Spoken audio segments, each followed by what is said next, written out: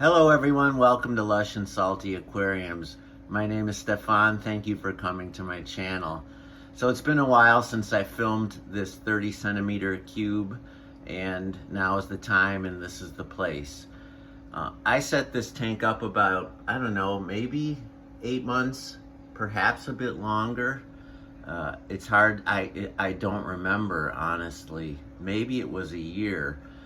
The reason why I'm belaboring the time frame is because while I thought this particular tank was going to be relatively high maintenance, it's been anything but. As a matter of fact, even though it has to be classified as a high-tech aquarium, and I'll get to the reasons why there aren't that many, but they are generally the definition for a high-tech aquarium. But it's been super low maintenance, folks. I mean, even the most maintenance I do would have to be about every 3 weeks or so. I will trim that pearl weed in the back. And that's about it, honestly. In an Iwagumi style aquarium, as many of you know, its feature is the hardscape, and you generally use an odd number of same stones. In this case, it's Sirius stone, and the odd number is because of apparently the human eye is predisposed to judge the odd number as more pleasing to the eye than an even number. And I always found that to be fascinating and kind of true.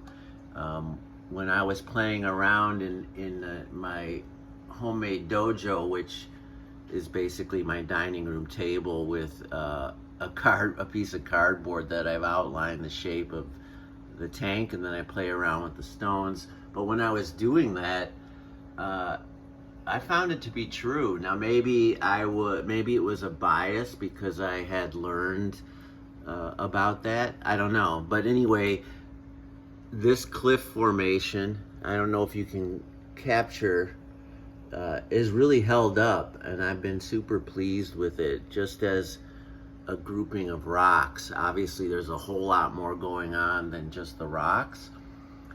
Those of you who know a Iwagumi style is, as I said, it's about the hardscape, and it typically features a minimum amount of plants in high quantity. So that is not a contradictory statement. What I mean is a limited amount of plant species and quite a bit of them in a concentrated and focused place relative to the hardscape.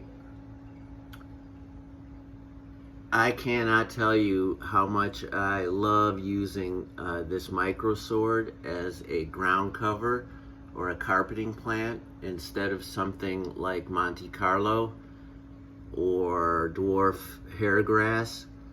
I love those two other plants, but I haven't had to do anything. I mean, it looks a little shaggy for sure, because I pulled some out to use in another scape, but I haven't had to do anything in terms of trimming this. It stays exactly the same. It just gets fuller and more robust, but it doesn't get taller. Granted, some of these roots, and that's a little bit ugly by the highest definition of aquascaping, but that's not how we roll here at Lush and Salty. We can get a little bit funky around the edges, and while there's kind of a built-in discipline to the Iwagumi, I'm always pushing the boundaries of what's acceptable by classic definition and just having fun. I mean, gosh darn it, that's what it's all about. So in that spirit, I highly recommend using a microsword like a Helanthium tellum.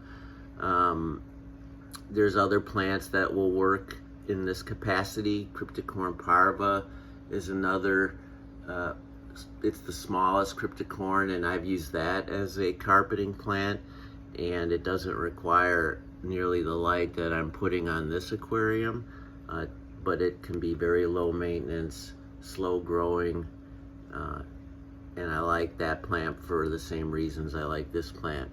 I put in a couple pieces of, I believe that's Hydrocolte verticulata. These two here that look like a pennywort, maybe it's in the same family, probably is. I don't know that they're gonna make it. I tried this very plant in this very way in the past in here, and eventually they just disappeared.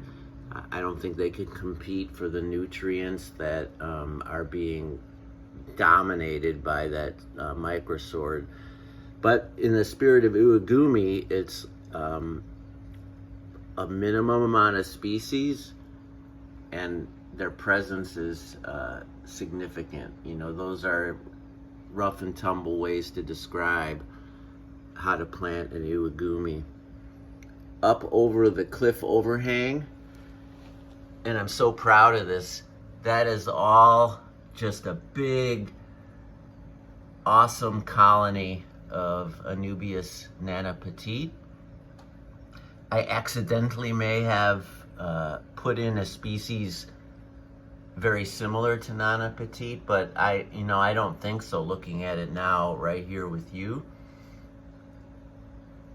You know, retail, that's like a $500 amount of Bucephalandra, or excuse me, of Anubias nana-petite. Another slow grower. What's really cool here, and what I'm very surprised about, is I've got this ONF light. It's pretty common if you search it for nano aquariums just like this one. It's a perfect size for the 30 centimeter cube, but it puts out a really good amount of light. I mean, you could have and easily grow anything under that light, especially if you are using CO2, and I'll talk about that in a minute, because it's a nice to have. I don't think it's a need to have, but it might have something to do with why I don't have any algae to speak of on top of this plant so close to the surface and to the light. A very happy reckoning there. I mentioned earlier, at least I think I did, the pearlweed, another fun alternative to classic Iwagumi choices. I just keep clipping it. I mean, a lot of fish breeders use this just because it grows so fast, and fry love it for obvious reasons. And I thought to myself, I'll just use it as a background plant, and when it gets close to the surface, I'll just chop it off, like you see those tendrils reaching up there, and just keep it down in a comfortable ratio with the hardscape, again in the spirit of the Iwagumi. So those are the three feature plants, if you're not including this verticulata and the moss. It's found its way in here. That's some Christmas moss, hard stuck to the Siriu stone, and I think it's pretty cool. That's why I'm leaving it. And there are pieces of moss that find their way into the carpeting plant, and I will pull those out when I notice they're clumping up. And they're generally very healthy pieces of moss, so I take them to my local fish shop. He's happy to have healthy, algae-free, deep green, lush moss, and I'm happy to give it to him.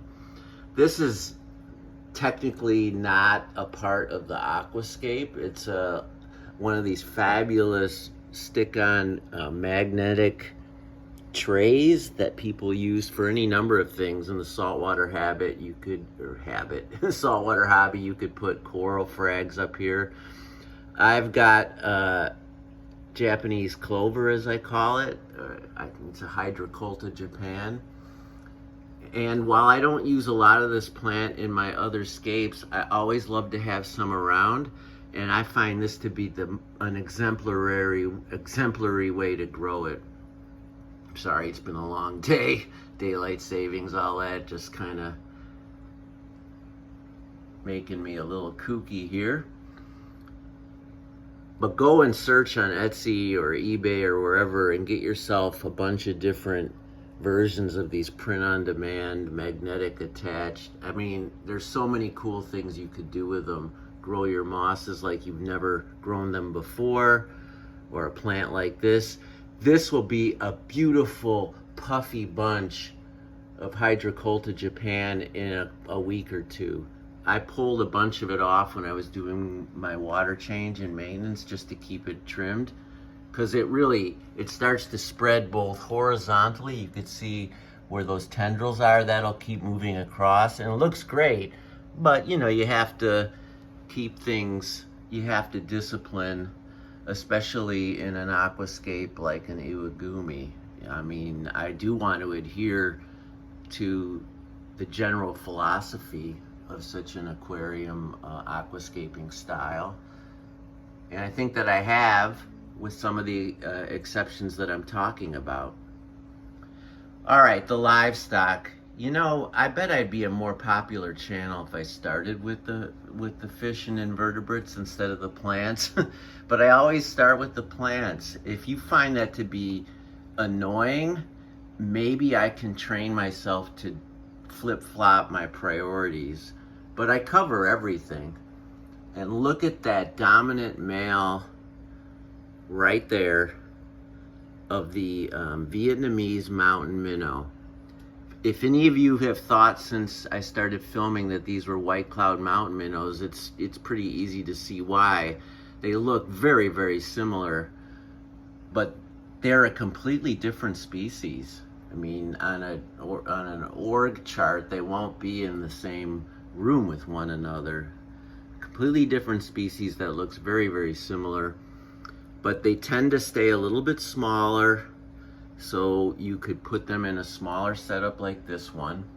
This is as small as you should go, and I would argue it's too small, but because of the way I'm on top of all my aquariums, I'm able to do that. I'm able to spend an inordinate amount of time maintaining them because I write for a living and I don't have to go punch a clock or anything. So I can devote the time and energy to overstock, overplant, and break other rules that I wouldn't recommend, generally speaking.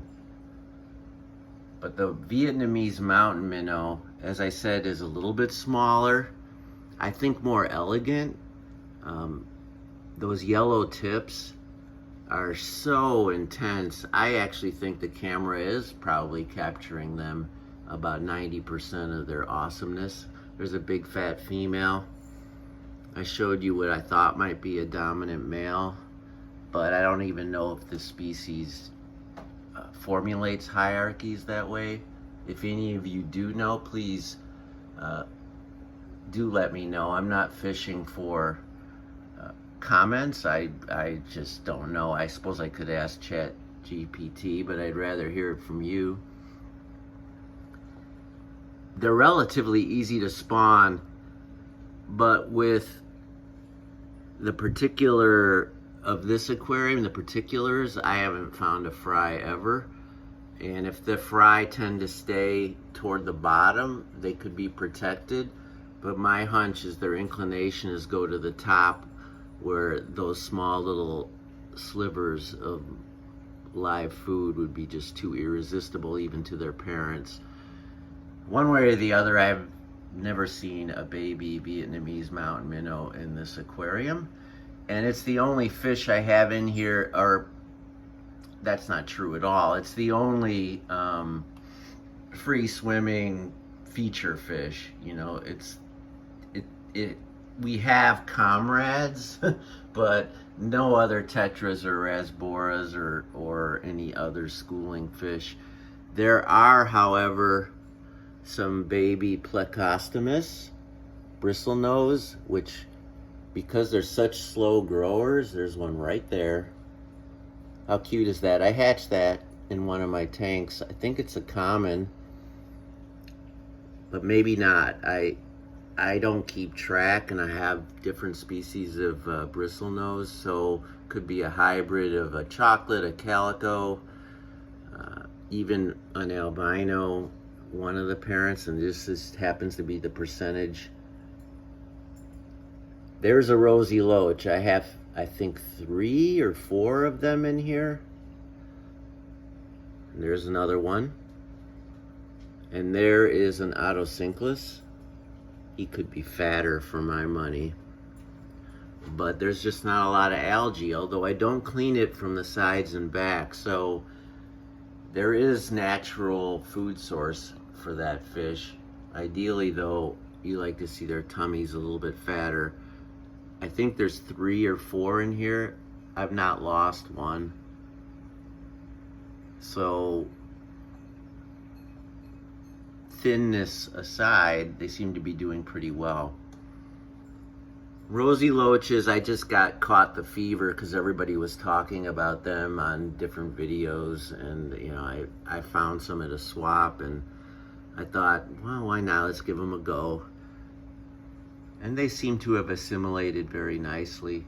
I have plenty of invertebrates. Let's talk about them. I think you just saw an Amano shrimp, and I have a whole bunch of cherry shrimp.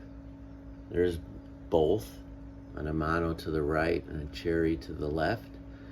I've got, and there's a whole bunch more. I've got the prerequisite, you know, ram's horn snails in here. Early on, I thought I might be able to just keep the most beautiful pink form, but you know, that didn't happen. So now there's all different kinds.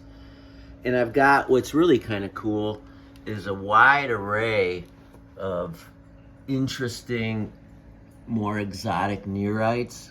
There's a horn neorite, there's 2 of them.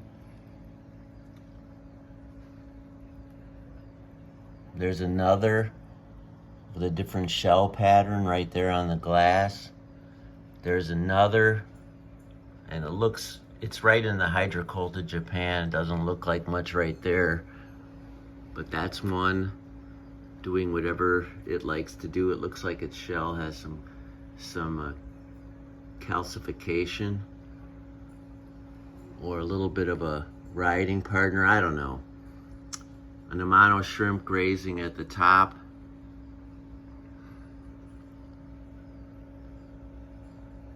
There's one there with that sort of, if this was a saltwater tank, I would say it was coralline algae, but that's not possible. I love how this Hydrocholta verticulata, it looks like a Dr. Seuss plant, just sort of a bit alien, fascinating. I think totally in keeping with the, let me drop a stupid word, gestalt of the Iwagumi. So there I'm mixing Japanese with, I think, German. There's an ivory mystery snail back there, you know, kind of a big lug for a relatively small tank like this. But as I'm filming and talking, you can see the harmony. Everything's copacetic. All those different kinds of snails and shrimps, the various fish I mentioned, seem to be getting on as harmoniously as possible, right? I don't know that I could ask for more in terms of the balance, the overall health and happiness of these fish. I have the Fluval, their newest line of hang on back. It's not on correctly, sorry about that. And you could see a little bit of gnarly algae at the outflow. That tends to happen. I guess I could have cleaned all that up for you, but I didn't. Look at this fun wallpaper, right? Thank you to my lovely wife for sourcing that for me. This tank may or may not need CO2. but I became, I'm a big fan of UNS. They don't support me in any way. I would love that if they did, but they don't. So no YouTube strikes. I just purchased this micro regulator. It's relatively new. I think it's the smallest CO2 regulator you can buy that comes with a solenoid, which is awesome. You can put it on a timer so you don't have to fiddle with it every day and night, which was one of the main problems with smaller CO2 systems, is they tended to be only hand operated for whatever reasons. But UNS has widened their line, and now you can find this, these are like paintball canisters, smaller. They're like the ones Fluval would sell at a Petco in terms of size, but fair warning, those won't fit here. The threads are ever so slightly different, which means you cannot mix and match. So that, I suppose, sucks, because there's very few places where you can actually buy these, but it's pretty easy to find online. I think Boost Plants, I know they definitely have them. Glass Aqua in California is where I got this little rig and some extra cylinders. Does this aquarium need CO2? All green plants, a nice light, unobstructed. I don't know. I think not. But I don't know that if I didn't have it, I believe it wouldn't be what I'm trying to grow with it, but rather what I'm trying to prevent. When you dose CO2 or inject it into your aquarium, it will help prevent against algae. It encourages your aquarium plants to thrive and grow as fast as they possibly can, defeating algae's ability to find prominence in your aquarium, among other reasons, in terms of how CO2 helps vis-a-vis the control of algae.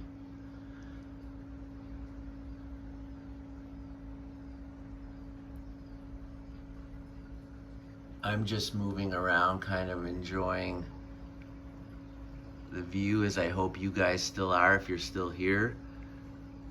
I really appreciate it. I'm trying to get, as much mileage as I can out of this YouTube channel. I mean, I would do it anyway, regardless of, what level of fandom my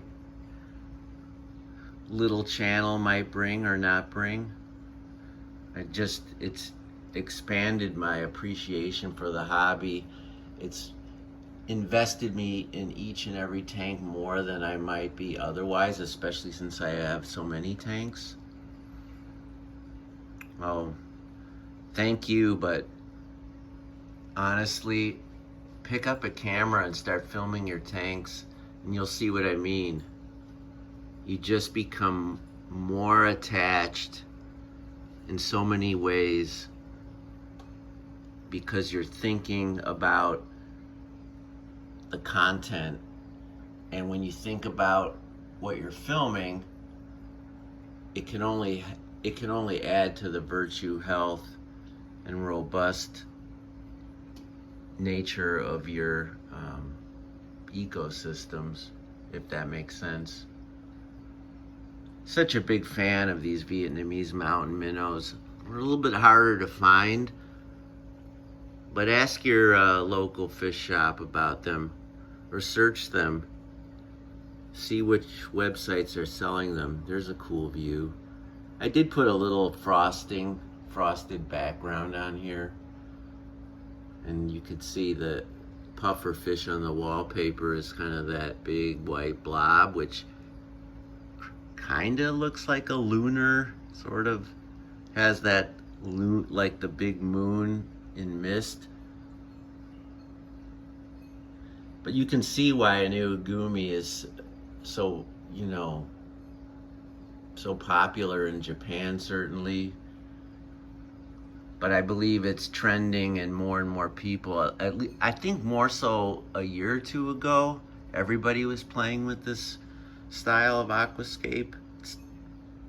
It's dialed down some lately, but give it a go, folks. If you have any questions about this aquarium or any of the creatures I've talked about or the style of aquascaping, I'd love to help you out. If I've missed anything in this discussion, just ask, and I promise I will answer.